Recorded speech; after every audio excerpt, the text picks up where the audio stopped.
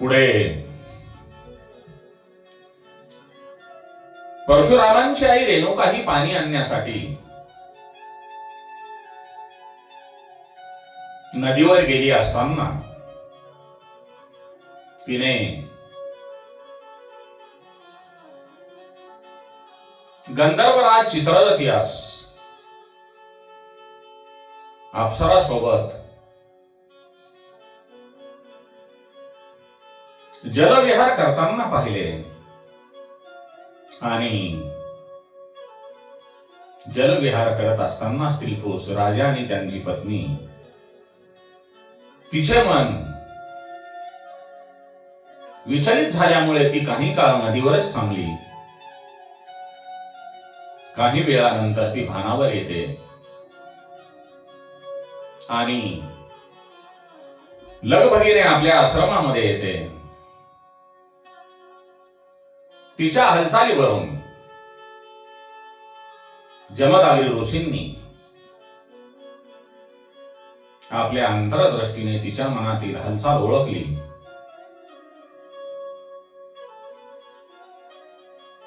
आणि आपली पत्नी रेणुका हिचा ऋषींना राग झाला. आपल्या पत्नीचा राग आल्यानंतर परशुराम वगळता त्यांनी आपल्या पुत्रास रेणुकाचा वध करा, परंतु एकही पुत्र रेणुकेचा वध करण्यास पुढे येत नव्हते. इतक्यात परशुराम वडिलाजवळ येतो.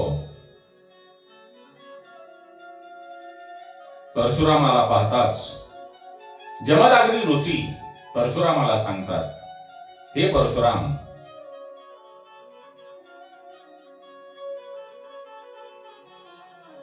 तो परशु उचल आणि तुझ्या आईचा वध कर, तुझ्या मातेचा शिरछेद कर. परशुरामांनी आपल्या पित्याला कोणताही प्रतिप्रश्न न विचारता, कोणताही विचार न करता जमदग्नी ऋषींच्या आज्ञेचे पालन करून, आपल्या वडिलांच्या आज्ञेचे पालन करून आपल्या आईचे शिर परशुच्या एका गावामध्ये शिर धडा वेगळे करतो.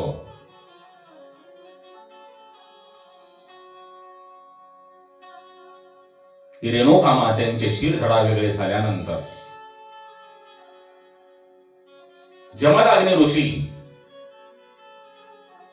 यांनी परशुरामांना सांगितले की, हे पुत्र, आता तू तुझ्या भावनांनाही मारून टाक. परशुरामाने क्षणांचाही विचार न करता आपल्या वडिलांचा आदर करून, आपल्या वडिलांच्या आज्ञेचे पालन करून आपल्या भावनांना मारून टाकले आणि आपल्या हातातील परशु बाजूला ठेवली आणि मान खाली करून हात जोडून आपले वडील जमदग्नी समोर उभा राहिला.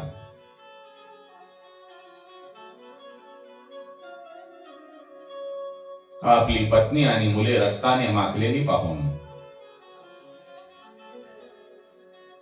जमदग्नी ऋषींचा राग शांत होतो. ते भानावर येतात. रागाच्या भरामध्ये आपण काय करून बसलो आहोत.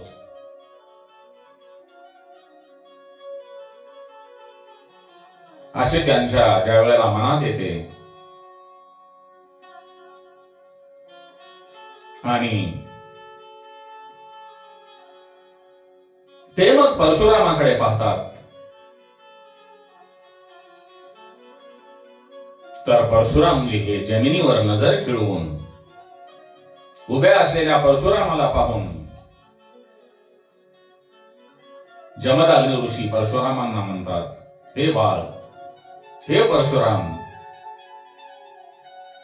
तुला काय पाहिजे आहे तो वर माग.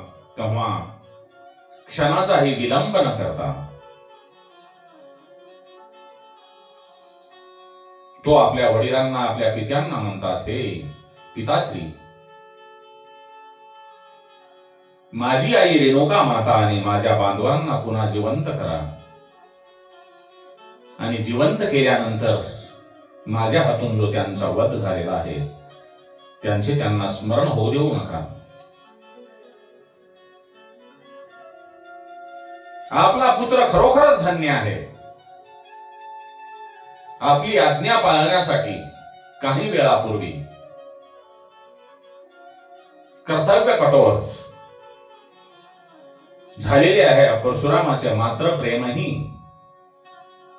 अलौकिकच आहे आणि भ्रातप्रेमही, बंधुप्रेमही सुखद आहे. हे पाहून आपल्या हातातील कमंडलू परशुरामासमोर धरला आणि त्याला सांगितले की ह्या कमंडलूतून पाणी तुझ्या मातेच्या आणि भ्रातांच्या, बंधूंच्या अंगावर शिंपड टाक, म्हणजे ते जिवंत होतील आणि त्यांना तू जे केलेले अकृत्याचे काही स्मरण राहणार नाही.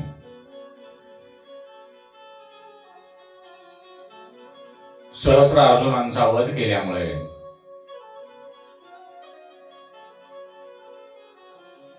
त्यांचे जे पुत्र होते तेही परशुरामावर चिडलेले होते.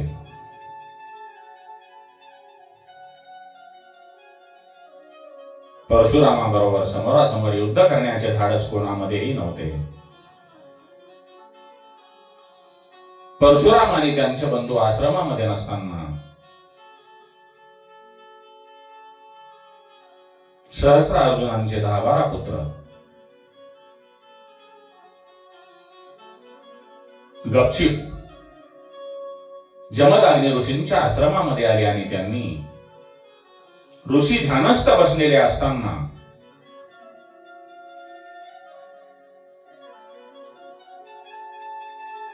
ऋषींचे जे शिर आहे ते धडा वेगळे केले. आपले पती जमिनीवर पडलेले पाहून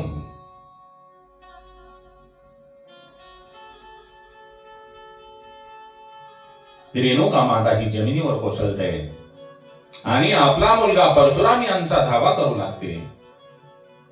हे परशुराम धाव, हे परशुराम धाव, हे परशुराम धाव. परशुरामांनी आपल्या आईची हाक ऐकल्यानंतर ते आश्रमामध्ये येतात.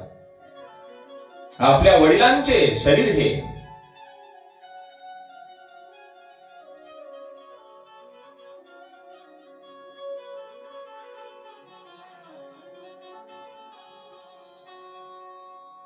कोणी केले असेल,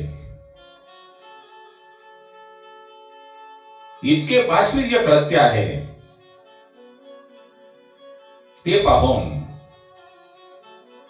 रेणुका माता ओरडून परशुरामाचा धावा करून सांगते, हे परशुरामा, त्या सहस्र अर्जुनाच्या मुलांनी तुझ्या वडिलाचे शिर धडा वेगळे केलेले आहे.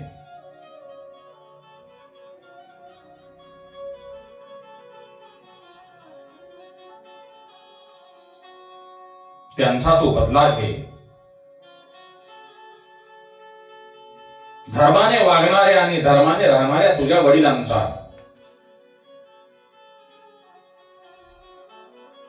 त्यांनी वध केलेला आहे. तेव्हा परशुराम प्रार्थना करतात, आपल्या मातेला सांगतात, हे माते, माझ्या वडिलांचा ज्यांनी वध केलेला आहे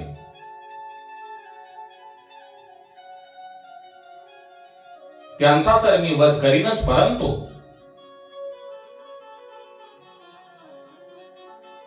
माझ्या पित्याचा सूड उगविण्यासाठी मी ही पृथ्वी क्षत्रियहीन करून टाकतो आणि महिष्मती नगरीला रक्ताचे स्नान घालतो.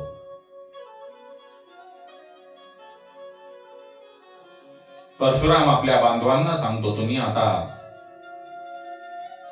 मातेला सांभाळा, आईला सांभाळा.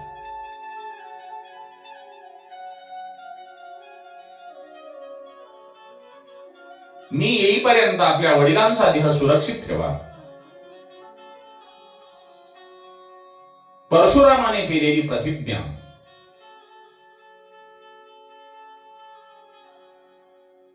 आकाशामध्ये भगवंताचा अवतार असल्यामुळे दुमदुमली. परशुरामजी आपल्या खांद्यावर धनुष्य, हातामध्ये परशु घेऊन सिद्ध होऊन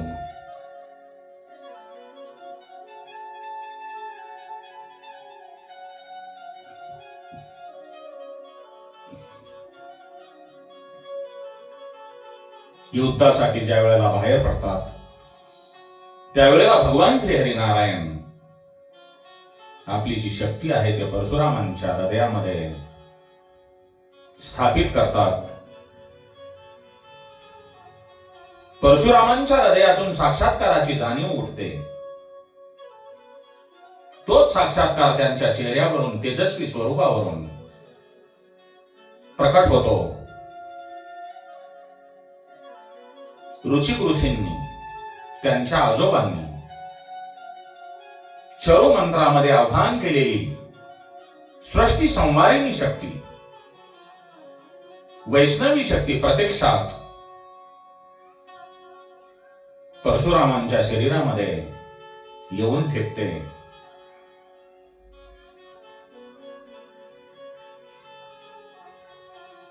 सत्व आणि धर्म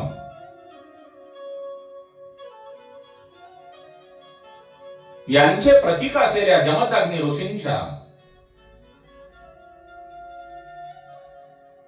घात झाल्यामुळे, वध झाल्यामुळे रेणुका मातेप्रमाणेच पृथ्वी सुद्धा दुखी होते.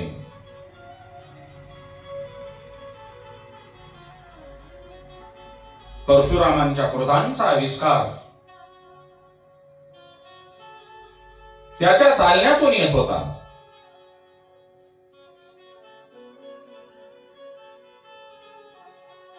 आपल्या वडिलावर ज्यांनी लपून छपून भ्याड हल्ला केला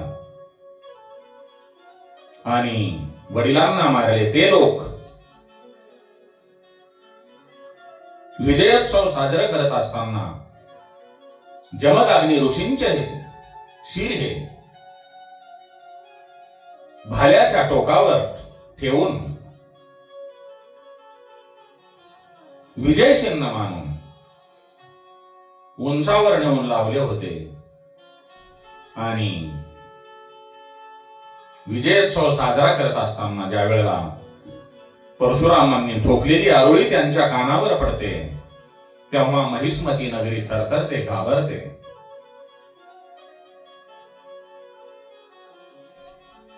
सहस्र अर्जुन पुत्र आणि परशुराम यांच्यामध्ये घनघोर युद्ध होते. महिष्मती नगरीला रक्ताचे स्नान घडते. भाल्याच्या टोकावर अडकविलेले आपल्या वडिलांचे जमदग्नी ऋषींचे शिर ते युद्ध पाहू लागले. परशुरामांनी आपल्या वडिलांचे शिर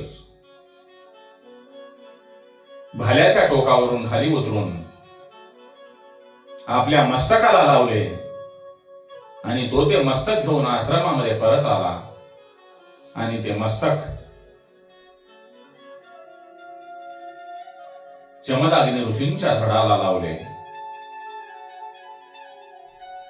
आपल्या पित्याला उत्तम गती प्राप्त व्हावी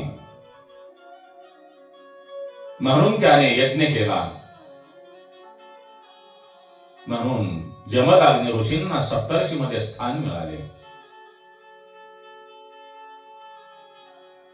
नंतर परशुरामांनी 21 वेळा पृथ्वीवरील राजांशी युद्ध करून 21 वेळा पृथ्वी निक्षत्रिय केली.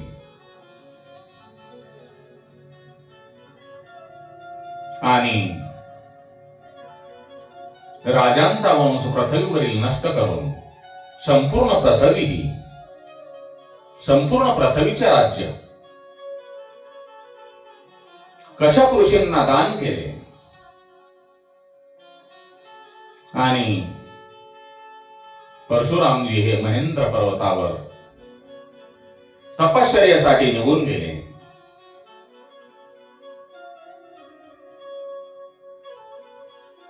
सुखदेव सांगतात, आदर्श राजा कसा असावा?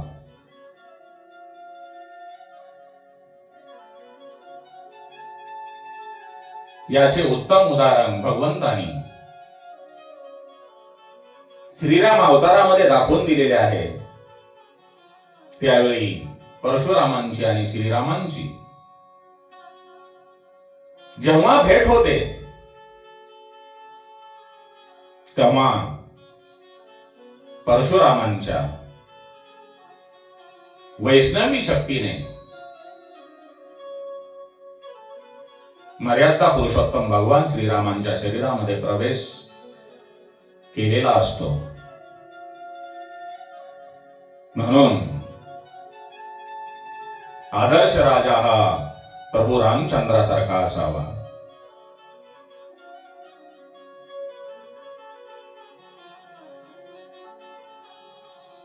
जे महादेवांचे भगवान शिवशंकर यांचे आराध्य, ज्यांच्या नामाचा जप भगवान शिवशंकर हे रात्रंदिवस करत असतात. श्री राम जय जय राम, श्री राम जय जय राम. ओम नमो भगवते वासुदेवाय. कृष्णं वंदे जगद्गुरुं श्रीकृष्ण गोविंद हरे मुरारे. हे